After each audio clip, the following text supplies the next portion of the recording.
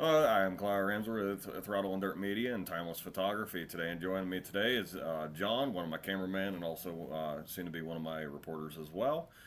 Just hoping you all are enjoying your weekends and you guys are ready for the polling season starting up here in the next few weeks. So, without further ado, I'm going to let John kind of introduce himself here real quick before we get into the news for this coming up. Greetings, my name is John. Been good friends here with Clara for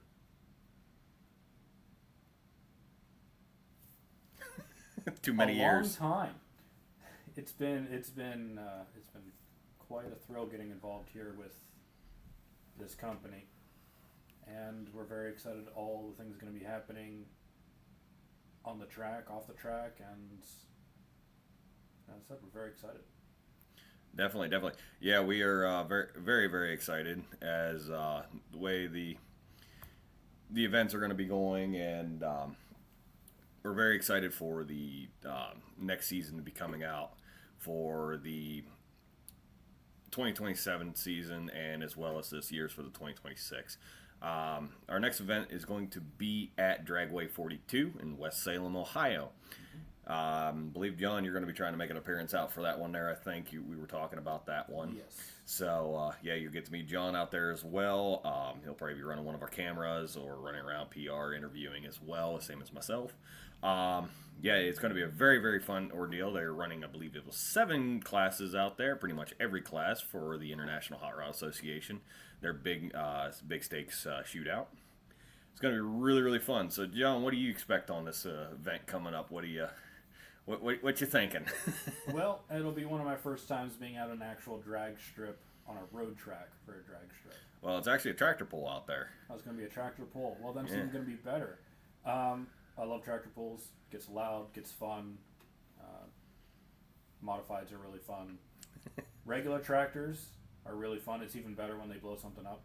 It's always a good time. Yeah, Dragway 42 is a good breaking track if they're running the same crew they had last year for that track. I think last year, they towed off I think it was 13 trucks and tractors in total for the entire night. There was some carnage. I know Blown Bowtie, he just put that motor together last year, and that same exact week when he first fired it up, he blew it up again. So it's a good race out It's there. unfortunate for him, but as every fan knows, it never gets exciting until things break. Yeah, unfortunately, it sells the tickets, but we don't like seeing people go boom. But it does sell the tickets and everything, so it's going to be quite a lot of fun out there.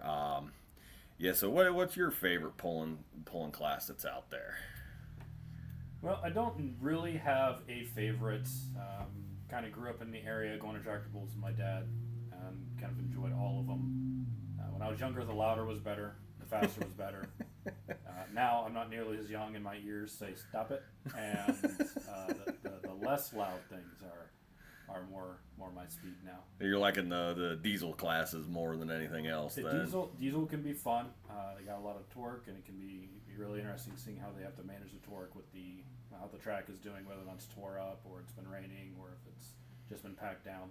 So that's always interesting. But got to say, I like just the regular stock tractors. It's always interesting to see what they can do just with your basic.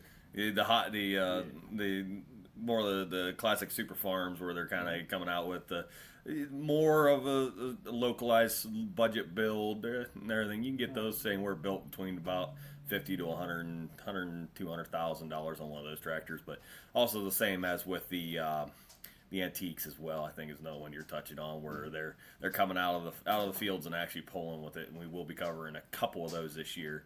They're really, really, really fun to kind of see because a lot of people don't understand they're actually limited on their speed and everything. So they only have so far they can go out, and then they cannot pass 4, 5, 6 miles an hour. I think they have a 10-mile-an-hour class too. They cannot pass that mile an hour. If not, they are disqualified. That raises the stakes. You can't get that momentum. It's more difficult to manage. Exactly. I think they have 70 feet. I think it's 60 to 75 feet. I think is what it is before they have to be doing their actual speed.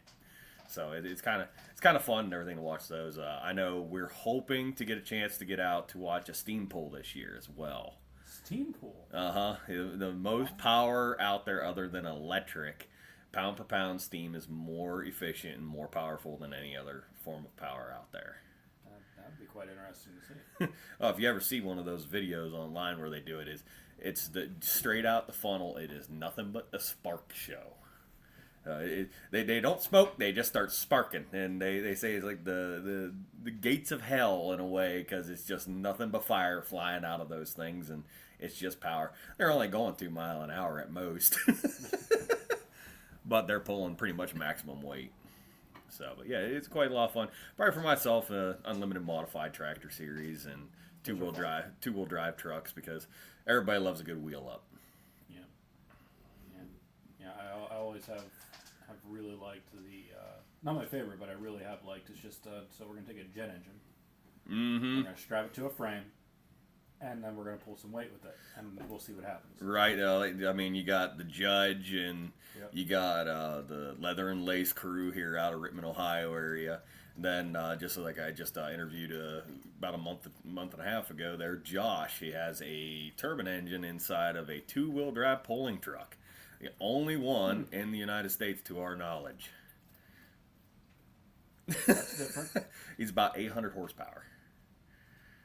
800 horsepower and 150 foot-pounds of torque. No, he's putting up there a little bit more than that. Usually turbines don't put as much torque. No, as he was saying, it was about 4 to 1 and everything. Okay. It's about what it is. But he's a little bit got an edge on some people, but he also has a little bit of a worse stakes, because those engines, you have to be at 110% off the line. You can't throttle them up coming down track, because you don't have the torque in order to pull into it. I will say that there is a really cool 2-wheel drive that I'm trying to find the guy. If anybody knows him, please reach out to him. We would love to interview him. He has a T-Bucket Ford 2-wheel drive truck running a diesel. And he's, to my knowledge, the only one out there that's running a diesel in the 2-wheel drive pulling trucks. All right. I guess that's the decision you can make. If it works for them. And that's what I'm really loving seeing coming out in the pulling industry, is that people are finally branching off of the normal traditional builds. Yeah. They're coming out, like I said, with Josh out there in Wyoming. He's got the turbine, and then you got the guy down by Florida area that's running the diesel. It's nice to see the classes that are starting to break up. Mm-hmm. There's a mini mod puller out there that's running a supercharged 4-cylinder. The supercharger is the same size as the motor.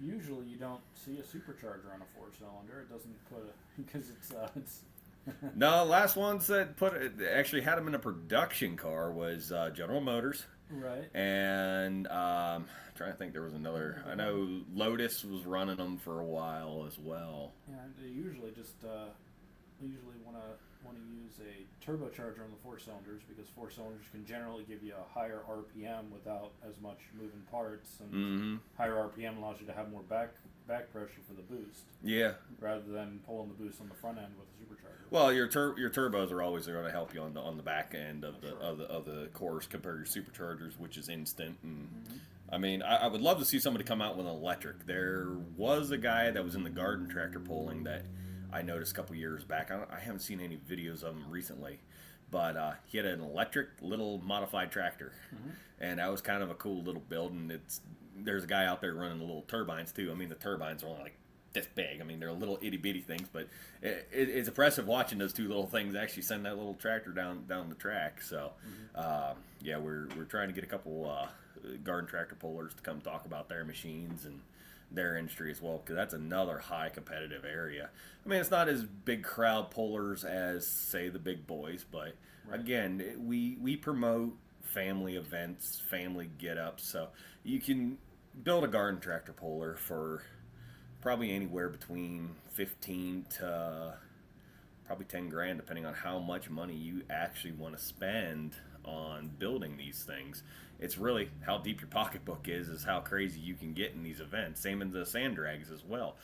They got the Pee-wee class out there where they're racing the Power Wheels and everything, 60 feet and everything. It's not the hard part getting them going, it's the problem getting them to stop. They want to be like mommy and daddy and their big brothers and sisters, and they want to race at 300 feet. So it's kind of fun. Last year down in Lisbon, there was a little kid. He had a little John Deere power wheel, Okay. and he was showing me his build and everything. He has a little NOS bottle, little plushy NOS bottle that he ended up strapping to the back. He said that was his Go Power juice. But yeah, it was great and everything. He had like a little stereo in there too, so he was jamming out while he was going that 60 feet. But yeah, that's what we promote on it. And I know last year you were covering the pedal pulls over there at Bunker Hill for us and everything. And they get very competitive over there. oh, very much. Those. Well, at least one of the boys has been training all summer for that pedal pull. His dad had a full setup at their driveway at home, and like every day he was out there working on his technique to get as far as possible, get that full pull and that pedal pull. And the thing is with the kids too and everything, there's no more, for lack of a better term, there's no more dedication look. I mean, just the drive, you just see it's like they will do this, and it's a joy to watch these kids actually come out and have fun doing it as well. And it just trains the next generation up for it, and it allows them to get out and gets them away from the screens. So it's another thing I think what's going to be interesting going forward with this whole entire, whether it be sand drags or tractor pulls, and it's why a lot of people have been tuning out and in NASCAR or even F1 is because the rules have gotten so stagnated and stiff. Yeah. Less so with F1 because they are changing it up here coming up in the next couple of years with being able to go back to V8s. Right. But the amount of things that we're seeing with the different builds that are coming out and the way they're exploring, because they're not being limited by like a specific engine type. They're limited by how much power they're outputting. One thing that would definitely help NASCAR out a lot would be if they brought it back to the original rules. Right. Production car, you have to build X amount, sell X amount of them in order to be able to qualify those into the race. Yeah, if it was genuinely a street car that then they modified to be a race car, would be way more fun than the custom built. This is an Impala. No, it's not an Impala. That's a custom built race car. Yeah, it's built by one of 4 companies. Right. It's one of 2 engines that are out there racing. It's not who it is. That's why I walked away from NASCAR at a younger age, because it got boring. What do people watch NASCAR for? Right. The wrecks. Yeah, obviously. As the old Robin Williams joke and everything. What do you go watch for? Because you're waiting for Team Viagra to wreck out. That's right. But yeah, I mean, it was, and that's the thing. Same with F1. I will say Formula E though is kind of cool to watch because it's a new technology that's out there, and it's really pushing the limits of an electric car, which is kind of cool too because it's 0% torque or 100% torque at 0 RPM, and the beginning of the races are boring because everybody's conserving energy. You can't change battery, you can't charge. I think they can get like a flash charge, but it's not giving you that much. It might give you a couple laps or something like that. And it takes time, so it's like, do you want to spend that much time in the pits, or are you going to conserve and get to the last 10 laps? Well, it's like what they did when they had the was it the Camaro, that built out Camaro in the was it F1 or was it can't remember which. Or was it the Le Mans race you're thinking of? Yeah, it was Le Mans. Like everyone's running these highly specialized supercars that are built specifically for the race. And America shows up. And then they show up with a modified Camaro and in its own weight class because it was just they were just running it to see what would happen, and then it just ends up blowing everything out of the water. Right. It had a lot of the people overseas. I know they knock on us because we have these big trucks, we have big cars, and no replacement for displacement. Exactly.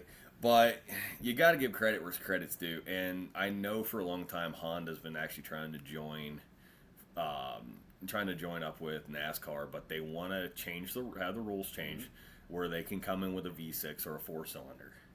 And I would rather it be less on how much displacement you have and how much power to the wheels that you're putting out and how much weight your entire it comes down vehicle. It also comes down to the driver too. If everyone's running the same weight, if everyone's running the same power to the wheels, not power crank, but power to the wheels, then all you're doing is optimizing where your weight is, your center of gravity of the car, your downforce, all of that.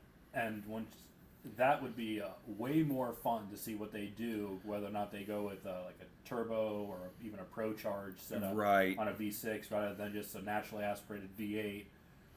Or what they do with how they place, because if you take a V6 and you move it all the way back as close to the driver as possible, you shift the center of gravity just that bit to be able to get a better corner.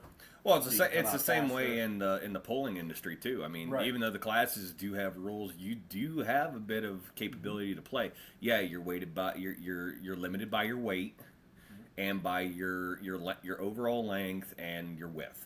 Right. So it does kind of limit you on your tractors you can build, but you can play around quite a bit with what you have, and it's kind of fun. Like, I mean, Johnson Speedy, Fool's Gold. He's been racing that tractor for 40 plus years, and he's competing in a diesel class with a gasoline engine. But here's the thing. It's different. Yeah. You never really see him. Every once in a while, he'll send a full pull. It's more the fact of his weight and his power and everything. He is underpowered for the class. The reason why you always see him in the top 10 at the end of the year is because he's retired. He has nothing else better to do, and he doesn't break his tractor. He just goes to every single pull and hooks every single time, so he gets the points. And that's the nice thing about pulling. It's not only is how far you're pulling. I know they do for farthest distance for overall year, but they also have your points class too and everything. If you can make more events, you're going to get more points, and that's what we like. And same with sand drag racing. I mean, those guys there. It's bracket racing, and that's what we love about the East versus West is this isn't a huge sanction build out and everything. This is an event that almost anybody can join, and it's put up or shut up. It's go out, have fun. You think you got a fast unit, go out there and race for it. And they're winning money doing it. It's not big money, but it is helping. I know we are sponsoring a couple crews to come out from the West Coast to come over here to the East Coast to help them guys out. I cannot say who they are yet, not until later in this year. We will be announcing who we are sponsoring in. But it's going to be quite a joy to see people coming up to Michigan, especially from out of California and Arizona and Texas and all that coming up here into Michigan and Ohio area. Especially since every circuit has their minute differences in how they do things or how they set up their tractors or even their dragsters. It comes down to it's their elevations, the air quality, the style. Like when we were out in Dome Valley out there, is the West Coast guys are running a lot more blower motors than what we are running. Over here on the East Coast, we're running more turbos, and some of them turbos are some heavy hitters. The difference in barometric pressure. Yep, and thickness of the air too, and everything. Like our air compared to out in California and Arizona and lower parts of Texas, their air is thin compared to what we have. Even though they're at a lower elevation, but we have a lot more humidity out here, which puts a lot more water in that air. That's right. And that's why when it cools down, them turbos are just another force to play with. We had one last year we were watching. The guy had a LS engine, and I don't know the size of the millimeters of that turbo, but that turbo was huge. He was coming off the line at like 8,000 RPM, and he was lifting the wheels instantly. He was sailing down that track, and he was in the low threes on a short wheelbase Jeep. I'm surprised. It's nuts. Not like that heavy of a turbo. When it kicks in, you're spinning. You're holding. It's not you're riding. You're holding on. You're holding on. You're hoping to God you go straight. You're not driving. You're just holding on. You're along for the ride. It's keep all hands, feet, limbs inside the ride until it ends. Right. Yeah, we were happy though for everybody on the East Coast. Everybody made it home safely too, and everything. That was great. I know some of the racers had some issues on the way back. One racer, he ended up having some suspension issues on his truck when he was on his way to Oklahoma. That's unfortunate. Yeah, open up the trailer and your truck's doing a gangster lean. That's not really a good sign. So he had to scramble to find a part out there. So, but out in Oklahoma, so it was nice that there was somebody coming out of Texas that could hit Summit Racing on the way up to the race, and was able to save him on that one there. So, But yeah, our next sand drag race is going to be in Lisbon, Ohio, Tri-County Four-Wheelers. That's right. It's going to be their rodeo weekend. So not only do they have obstacle courses, they have sand drag racing, and they also have hill climb racing. And it's going to be kind of cool. A lot of people don't. Lisbon has probably one of the more unique hills because it's not just a single hill, it's actually a dual hill. Yep. You hit that sucker in the middle and you're going a little too hard and everything, you're going airborne. So it comes up and then it levels out for a second and then it goes right back up again. Yeah, it's the whole hill climb has always been insane to me. It's like, all right, so we've got these dragsters and we're supposed to be going down a straight track, and then it's got to be someone's drunk uncle. It had to be the very first one. They were like, look over at the hill and be like, I could do that. hey, Jimmy, send it. See what happens. It's got to be. There's no way someone did that the first time and they weren't drunk. Probably. It was a good possibility and then on a that. crowd of people was like, that's crazy. We want to see more. And now it's a thing. Yeah. So there's some guys out there, and I know over in Dubai and up some of the drag racing they do. There's drag racing uphill on literally dunes. Sure. With like 1,500 horsepower V8s That's plus. Insane. Shooting 4-foot flames out of those alcohol engines they're putting out there, and we hope to bring some of those guys over here as well because we would love to. They're a totally another breed of sand drag racing and power. I mean, a lot of those guys have a lot of money to throw at those cars. To be fair, that over in Dubai with the dunes, that they are legitimately doing sand drag racing. The sand drag racing we do at most tracks is more the mud clay mix. Yeah, it's more mud. We're not doing sand drag; it's more mud drag. Michigan's got a good bit of sand. I know down in Goods Raceway, I know they got a good sand mix down there as well. We will be hitting those We're too gonna this have year. to import the sand. We don't really have a lot of that. It's not. Where we get it from? Yeah, bringing it in from Daytona. Something. We don't know. We've got a bunch of sand pits around. They're just supplying the sand to the. Right, exactly. We decided to build a track in the middle of a marsh. Yeah, we do know Lisbon. Last year they were having some issues down there at the end of the track. They were everybody was complaining about a ledge they were hitting. It was like a little brick and it was bouncing them. Well, they finally fixed it and everything, and they ended up bringing in quite a bit of sand mix down there and everything. They ended up cutting down, I believe they said it was like 18 inches down on the track to fix that. 18 inches. And they were finding that with those tires. And it was at the end of the track too, where they were slowing down. Is where they were finding it. It was towards on the back 270 mark. Yeah, that'll make you feel your spleen. Oh yeah, very much so. Especially those rails. There ain't no suspension but your tires and those things. You hit a bump, you feel it. Uh-huh. Compress your spinal cord. It's kind of funny because the younger kids, you see them, they get in the rails and they're going fast and everything. But it seems like the older you get in the racing and everything, the more suspension your car seems to get. Yeah, it's this weird coincidence that we don't know where it comes from or why. It just happens. Right, exactly. But in the pulling realm, though, I think it's a little opposite, though. The older you get, the more horsepower you seem to get, I think, because you had Suspedi there with their unit there with the flying machine, and he was almost, what was his last pull? I think he was like 87 years old whenever he kind of started giving it over to his grandson to start to play with there a bit. And 87 years old and still running 2 or 3 turbines on that sucker, and always throwing big flames for the shows and all that. He's a showman. He comes back to the old days and everything when my dad was pulling with his uncle, and they pulled in that class with him, and they just ran a 429 twin turbocharge and everything. It was junkyard parts, literally. They pulled the engines out of junkyard cars and put them back into the tractor. I wonder if that should be its own class. Just they do have it and everything. They do. That they still. Amazing. You're not allowed no new parts. Nothing new. Doesn't matter where you get it from, but it can't be new. Because if it's new, you're disqualified. Right. I don't care what the part is. If it didn't come off of an existing vehicle, rusting in a junkyard. Yeah, it could be an interesting ordeal there. The safety aspect might come down though. You know what? Crash you're we'll just get one of the big wrecking yards, and we just set the teams loose the week before, and they can build their vehicle in the wrecking yard. And no, instead of doing the whole vehicle, have them just do the engine. Well, that you can bring a frame. You can bring a frame. Yeah, you have to have your frame and everything, but everything else, else has to be your frame and tires from the wrecking yard. Yeah, that would be interesting there. Huh? That would be. Can you imagine?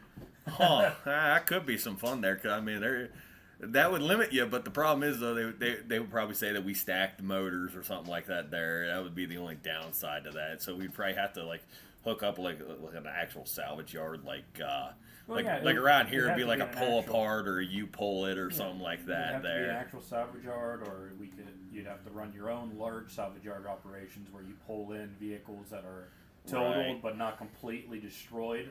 Right, like insurance buyouts. And you don't stack them. You just kind of stack them up, and the people can just scavenge them. Naturally aspirated, no blowers, unless it came off like a diesel. I mean, you had there with Hot Rod Magazine with Roadkill when they did the Rots and everything, putting the 7.3 turbo on. What was that? A 3.5 V6 out of it, a Chevy. That was such a great build.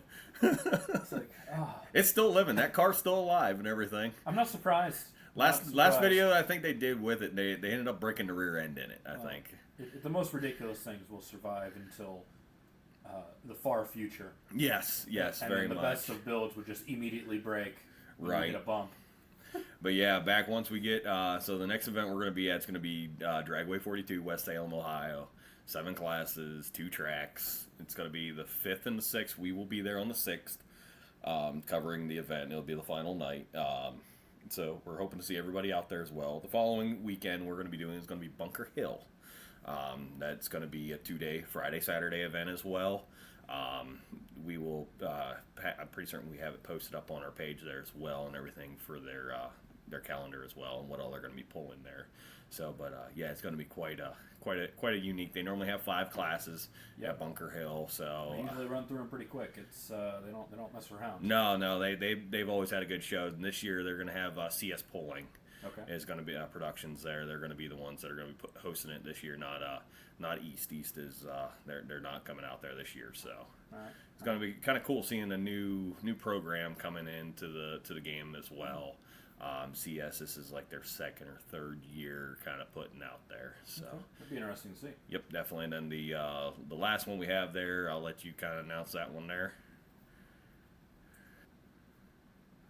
We're going to be at the Fulton County Fairgrounds. Oh, there it is, Fulton County Fairgrounds. No, I had it. It was just the wrong page I was looking at. I was very confused. I'm like, I don't have that information. And I just had to turn the page. It's okay. Rookies. I graduated high school with full honors. It'll be okay. It's gonna be fine. Yep, we got it'll be Friday, the June 19th, over at the Fulton County Fairgrounds. Looks like they're doing some gearbox, super modified 4-wheel drive trucks. That's always going to be fun to see. Those things really can bite down and hit the track. And, lots of moving parts capable of braking. There's always going to be something that sends a piston or the suspension says, nope, we're not doing that anymore. I would say probably the most braking classes is going to be the modified 4-wheel drives. And I'd probably say the mini mods. Yes.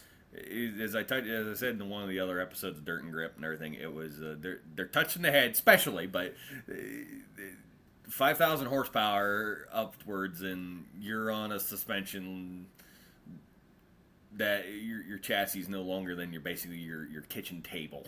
Right. It's a fun play out there with those guys there, and there's some crazy people out there, but they are some of the most friendliest people you will meet. The Crazy Horse team, we love seeing those guys come out because the chivalry and the camaraderie that their team brings to the tracks to help everybody else out is a breath of fresh air. We love that because a lot of times you see guys show up, they like to think they're better than everybody else, and they won't talk to anybody. They don't want to give any information or help anybody. We don't really like to support that because it's like we're all out here to have fun. Mm-hmm. We're out here to support one another. Many times, I know you've seen it at events, same as we have. somebody breaks something, you see somebody running over to somebody else's trailer and everything, and they're coming back with the part that they need. Yeah, it's definitely they're competing with each other, but they also understand this is also a show. Yeah. Everyone wants to see everyone run, and it's way more satisfying to beat your opponent after you help them get to the track. Right, exactly. That's like out there at Dome Valley, the East versus West, the captain showdown, the East captain versus the West captain. East Coast had West Coast parts on, and West Coast had East Coast parts in order to go down the track as well. So it was kind of funny and everything on how it ended up being 0.02 of a second on those two. That's a close one. That is a very close one with That's a two close different one. speed cars. So West Coast actually had a slower car than the East Coast, so we had to chase them. That's the hard part and everything is chasing them down because, yeah, you can pass them, but the problem is you can break out as well, and you don't want to break out. So that's the hard part when you got to sit there and feather and calculate when you're going 300 feet on a rough patch. Right. That's hard. Quarter mile, eighth mile drag racing, it's a little trickier because you have a longer time, so a lot of them racers can mentally kind of calculate your time, but 300 feet in 2 seconds to 3 seconds, 4 seconds, that's harder than going that extra distance for that 8 to 9, 10 second run. So you can kind of physically, you can count 10 seconds, but you try to count 3 seconds and trying to race on a bumpy road. You're not getting that. No. As it turns out, when you go over a lot of bumps on your drive tires and they start spinning, bad things happen. Yep. You no longer are going straight, and you start skirting right or skirting left, and you go a little too far, and you get disqualified. Yep, exactly. Yeah, disqualified or like misguided missile wiping out half the middle track. True. And then everyone sits there and waits 20 minutes while you have to clean the track. No, it wasn't. They didn't have it that long. I think out there in Dome Valley, those guys, again, impressive track crew out there. Their downtimes, even for resetting the track, was no more than 10, 15 minutes at most. That's pretty good. I mean, they were really moving. I do know Michigan. I know they say they're even faster up there. So we can't wait to see that track layout. But yeah, we want to bring more people to these events. We want to see people grow in this event. And again, we're here to help you guys as well. Even with John, if you need a wrench turn, you need somebody to carry a tire, need somebody to hold something, he's there to help just as well as I am. I'm good at holding things. Wrenching. I can turn a wrench. Just tell him where to turn it and how far to turn it. That's about it. I might be turning the wrong bolt, and don't ask me to put things together because I've changed oil and had bolts left over. This is not a good thing. We don't need bolts left over after changing the oil when you're not taking out any bolts.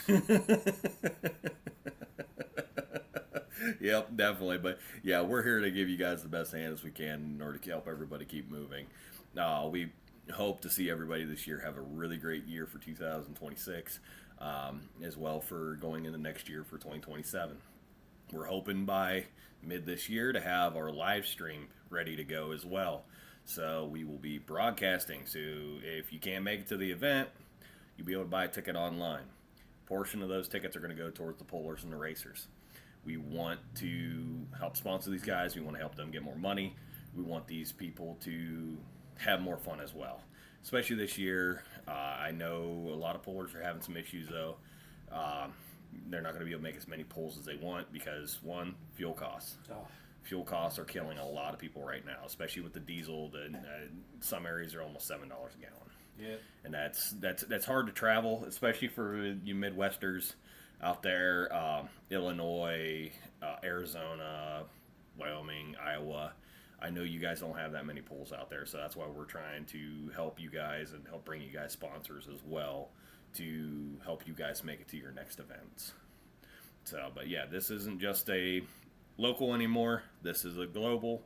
We want everybody to help everybody everywhere we can do. So, any closing thoughts for you, John?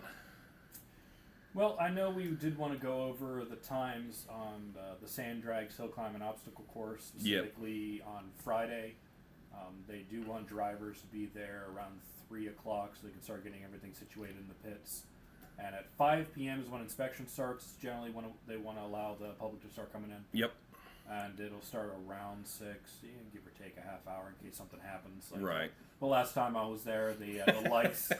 Yeah, the lights decided ended up not going to out. work, and they couldn't fix them, and so everyone just sat there for 3.5 hours, just Almost, yeah, roughly, like 3.5, yeah. 4 hours, and then they just started just sending stuff down the track for funsies. Yep, pretty much, because it was at that point they were never going to make it through the night. We would have, but we would have been going to probably about 7 o'clock in the morning the next day. Oh, I'm so glad they didn't do that. Yeah, those are long nights, especially sand drags. Those are long days for us. The average day for those are anywhere between 10 to 16-hour days. So, and that's just for us. The racers, it's even longer for those guys because they're setting up, tearing down, fixing in the middle points. Tractor pulling's a little bit easier and everything. They're typically about no more than 6 to 8 hours on our side and everything. And again, those guys are pretty much starting from dawn to dusk. Right. And if they break it and they got an event the next day, they're scrambling. That's right. Like last year with what was her name? She had that wild ride and she broke the front end of that mini mod. Yeah. Put it back together the next day, over that night, and won it the next day. That's some impressive. It's impressive mechanicking. Yes. Honestly, to be able to break something so integral. Yeah. To your racer, and then just straight up being able to replace it all, get it back on the track, and then win. Yeah. Yep. Yeah, and that's the thing. Sometimes it takes a break in order to win. Yes. That's the funny part because you might not have known something. Right. You just happen to know. Oh, there's a bolt that's loose, and that's causing a little play in the in our suspension, which is causing us not to bite as hard. And then we got to tighten down, but we didn't know that at the time. It just so happens that we just won the next race, and that was. Right. I know back in the day, my great uncle they ended up having to pull the tractor backwards and everything, and he made it about 125 feet, and all of a sudden the tractor shifted into neutral, or not neutral, into reverse, because it broke the shift pin. Oh, so you're 100% on that motor and everything, and just slamming it into reverse. Kind of went up on top of the trailer. Luckily, Ray was one of the few first comers to bring in the differential braking in, and the way he was set up, it threw him on the brakes, so it didn't cause too much problem. Because if you think them big tires and you go up on top of that, and it's gonna flick you backwards, that could have been all bad. That would have sent it straight over the front of that trailer. Right over top of that sled and everything. And I do know the Ironman crew has a new sled this year. Oh, do they? So that's going to be kind of cool to see them bringing that one out there. I don't know if they got it painted yet or not. I think it's still gray. I think it's still primer gray. I don't know if they've named it yet or not. And then I know Lucas, I know they got 1 or 2 new trailers out there as well for the sleds. So that's going to be kind of it's cool seeing the new sled technology out there. The scientific that go into those sleds. I was surprised because growing up in like the 90s, sled technology was just a belt moving a giant weight from the back of the trailer chains, but to the front of the trailer, and that was it. And your gearing ratio and how fast it got sent forward was about all that changed. Well, you had that, your weights and everything. You could adjust your trip pin, but that was about it. But as far as now, they can do a lot more with making things a lot more across the board with how it operates based on the different classes, instead of just kind of guesstimating and hoping that you're not screwing somebody. Oh no, they can tune those suckers in. Those sleds are designed to stop you. Even though some people have shown the facts that the sled technology is not there yet to stop them. We can still send it. I mean, that's like the felon and everything that I interviewed and everything. He's pulling it out there 400 feet and everything. That's a good running truck out west and everything. He's one of their heavier hitters out there, which is really, really cool to see. So, but yeah, we're hoping to get some really, really cool interviews coming up here very shortly. Get you guys to meet more racers, more drivers, more teams, as well as locations as well. So, but yeah, if you guys have a unit you want to get broadcasted out here and shown off, hit us up, let us know. You'll be talking with me more likely directly, or John, and we will get you guys set up out here and playing around. So, but without further ado, you guys enjoy the rest of your guys' weekend, and hope to see you guys at the track. We'll be there.